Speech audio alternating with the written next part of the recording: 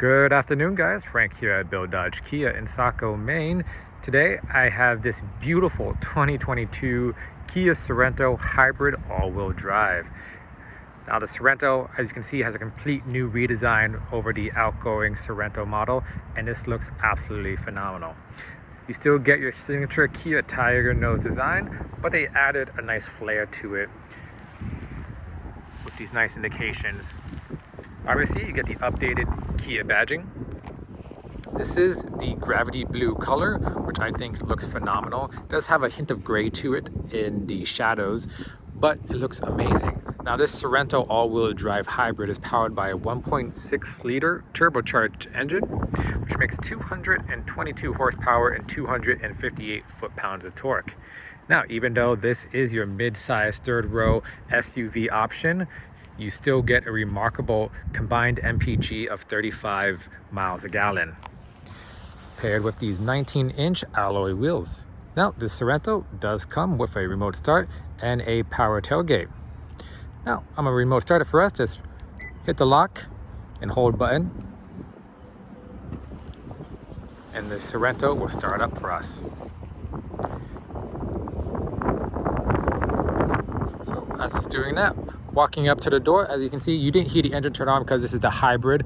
So right off the bat, it does use the battery to get the engine going. However, with the Kia Connect app, you can remote start it from the app, as well as set the temperature that you so choose. Now, depending on the temperature that you set, it will actually turn the engine on to get to that ideal temperature. But walking up to the Sorento, as long as the key fob is in your pocket, both driver and passenger have this black push button to lock and unlock the vehicle. Now, driver's side door, you get this lovely padded armrest right here, chrome accents that will lead to your power mirror, power windows, power door locks, and this nice little accent piece right here. Cubby space is good size. You can fit a normal size water bottle down there. Moving over to driver's side, power seat with two-way lumbar support. By the driver's left knee, you get your lane keep assistance, your traction control, brightness, and power tailgate. As you can see, I did remote start it, and it is on, but the engine didn't turn itself on because this is the hybrid model. I'm just gonna go ahead and turn it off for us just by hitting the lock button. Now let's go ahead and pop the trunk.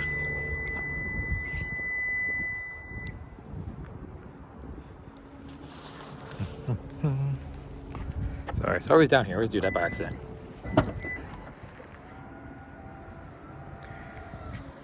So as you can see, you do have your third row down, and you still have a tremendous amount of load space. But in your third row, you'll hear probably easier to see, you do get on both sides a USB port with cup holders underneath and some little cubby space itself.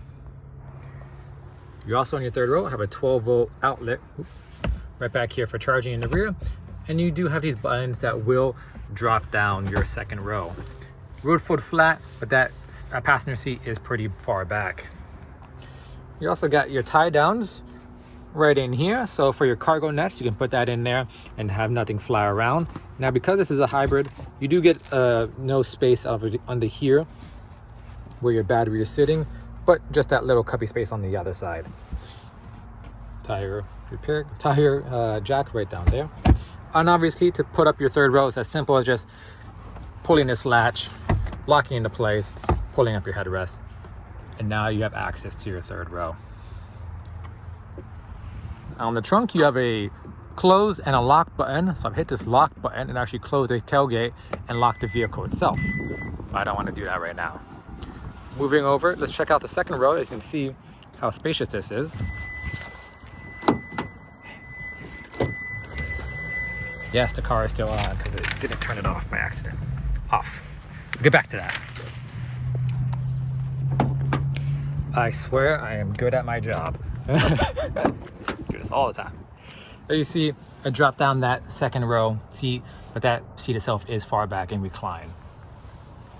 But hopping right back here, now this seat in front of me is where I would drive comfortably. As you can see, I have plenty of leg room. I do have my own armrest for captain's chairs in the middle that you can adjust the height to best suit you. Rear vents and as well as a 12-volt outlet and USB port on the bottom, and 2 USB ports on your second row. You're still keeping with the same design as the front. Padded armrest, which is very comfortable. Rear controls. I love how their drink holders are up top and not down below, even though you still have space for a bottle right down here. But this is just easy access. So those long car rides, you can nicely sit back here, relax. You do have a lever right here that I can recline and just make this extremely comfortable.